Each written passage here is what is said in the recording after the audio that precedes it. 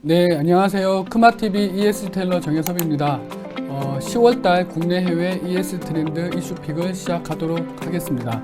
먼저 국내 이슈픽인데요. 내용을 보시면 ESG 빅데이터 분석 최대 관심 이슈는 친환경 탄소 중립, 그 다음에 중소기업 ESG 최초 분석, 사회 가장 높고 환경 가장 낮아, 그 다음에 2050 탄소 중립 녹색 성장위원회에서 발표한 추진 과제, 11월 달부터 종이 빨대 사용 의무, 그 다음에 지금 현재 국감이 상당히 많이 나오고 있는데 국감에서 그린워싱 기업 속출이라는 등의 내용이 있습니다.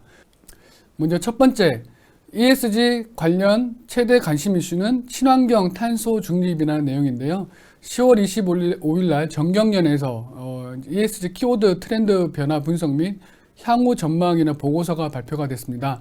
2020년 1분기부터 해서 2022년 3분기까지의 내용을 정리한 것인데, 이제 이 분야, 환경 분야에서는 친환경 탄소 중립, 기후 변화가 이슈였고요. S 분야에서는 사회적 가치, 이해관계자, 그다음 협력사, 즉 공급망 관리가 좀 이슈였던 것 같고요. 지배구조 부분에서는 ESG 위원회 이사회 위원장 순으로 나왔습니다. ESG에 대한 관심도가 2020년 말부터 붐이 일어나기 시작을 했지만, 이제 키워드로 분석해 봤을 때는 2021년 4분기 때 가장 정점을 찍었고요. 그 다음에 2021년 2분기 때부터는 중소기업에 대한 관심도가 꾸준하게 상승하고 지금까지 이어져 내려온 상황입니다.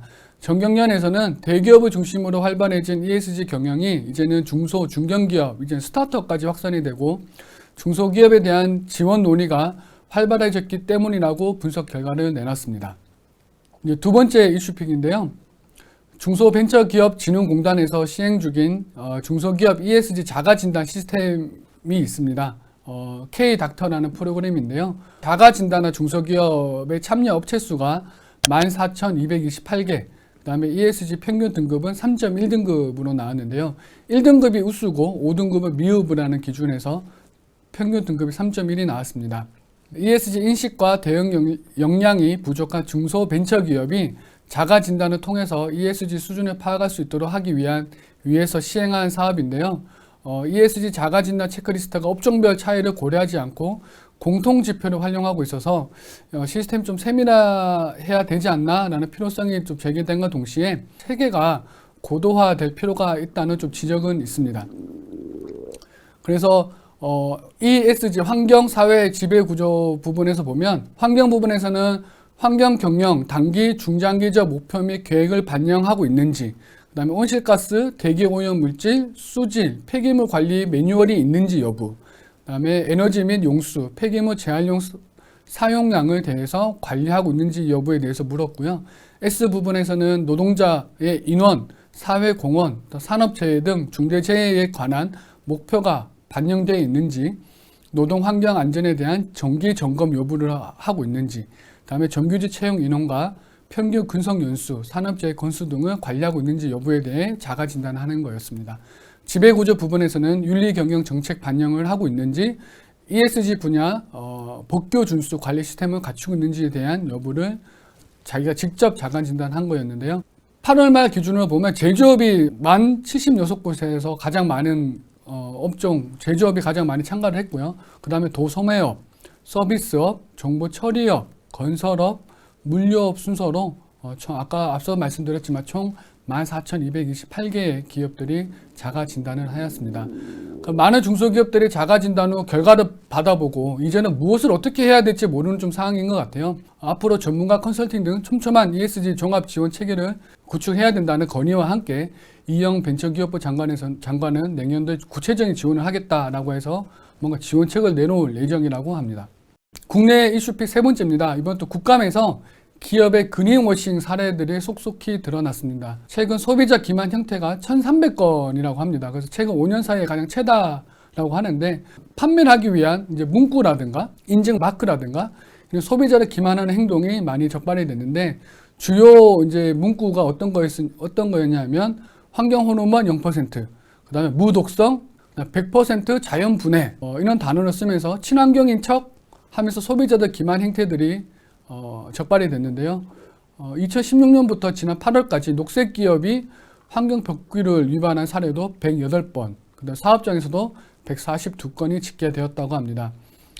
최근에 돈을 더 지불하더라도 환경에 영향을 덜 미치는 제품을 사겠다는 이제 가치 소비, 그린슈머가 증가하는 추세인데, 이런 소비자 심리를 이용해서 이득을 챙기는 기업들이 늘어나고 있는 상태인 것 같습니다. 특히 어린이를 표적으로 하는 허위 친환경 광고가 많이 증가한 사례가 있습니다. 그래서 이에 대해서 국감에서 내용을 짚어주면서 기업들한테 경고 메시지를 날리고, 기업들은 또 여기에 대해서 또 대응을 해야 되는 이슈가 생긴 것 같습니다. 다음은 해외 이슈 내용인데요. 내용을 보시면 지금 현재 COP27 협약이 지금 진행이 되고 있고요. 유엔에서 현재 기후 약속을 지켜도 지구 온도가 2.5도 상승할 것 같다라는 전망과 함께 EU 유럽연합이 이제 충전기를 통일했다라는 내용이 또 나오고요. 그리스에서 최초로 재생에너지 전력 수요 100% 충당했다는 기록도 나오고 있습니다. 그리고 영국에서는 주 4일제 참여 기업에 대해서는 입사자들이 너무 몰리는 내용과 함께 또 EU가 중국을 전면적 경쟁자로 하면서 3년 만에 강경 기조로 전환했던 내용도 있고요. 또 유니레버에서는 새 공급사와 계약할 때 반드시 땡땡땡을 확인한다는 내용이 나와 있습니다. 기타 상세 내용은 뒤에서 한번 살펴보도록 하겠습니다. 자, 첫 번째 해외 이슈 픽인데요. 이제 유럽연합이 충전기를 통일했다는 내용입니다. 그 전자 폐기물 줄이기 위한 청신호가 켜졌다는데요.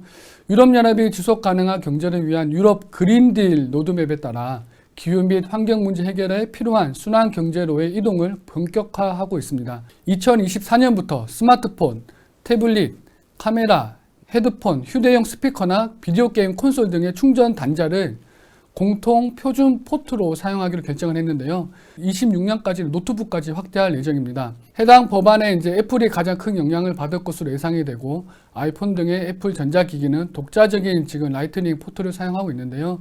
표준이 이제 본격화되면 불필요한 충전기 구매에 드는 비용을 연간 최대 2억 5천만 유로, 즉 우리나라 돈으로 3,500억까지 절약할 수 있다는 전망과 함께 전자 폐기물의 양도 연간 1,000톤 정도가 줄어들 것으로 EU는 추정을 하고 있습니다.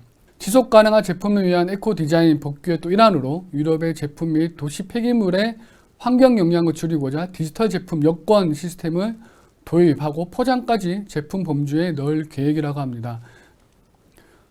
두 번째 이제 해외 이슈픽입니다. 그리스가 사상 최초로 재생에너지로 전력 수요의 100%를 충당했다는 내용인데요.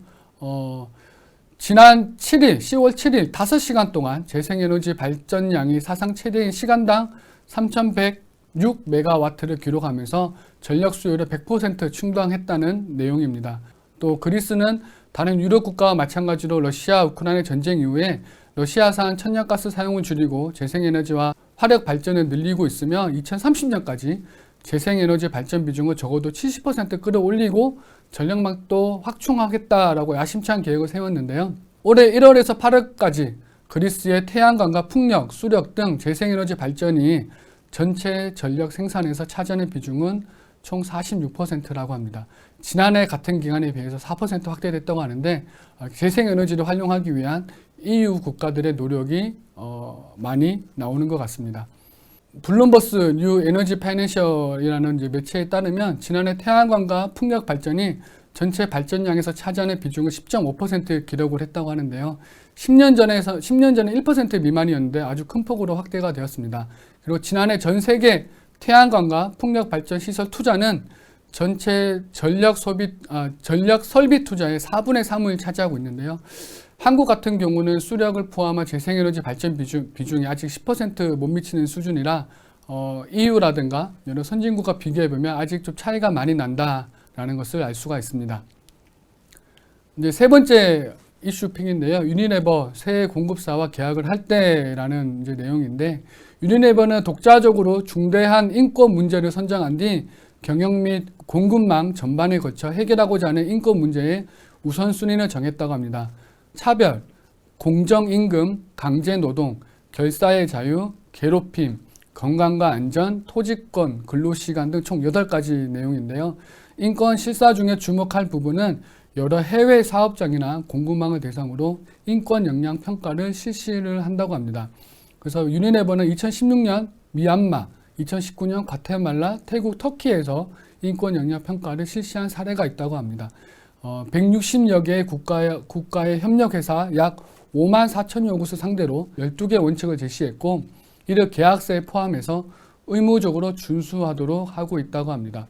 그래서 많은 글로벌 회사뿐만 아니라 이제 원청 업체에서 공급망 관리가 상당히 이슈가 됐다는 부분을 저희들이 확인할 수가 있는 것 같습니다. 네, 이로써 10월 이제 국내 해외 ESG 트렌드 이슈픽을 마치도록 하겠습니다.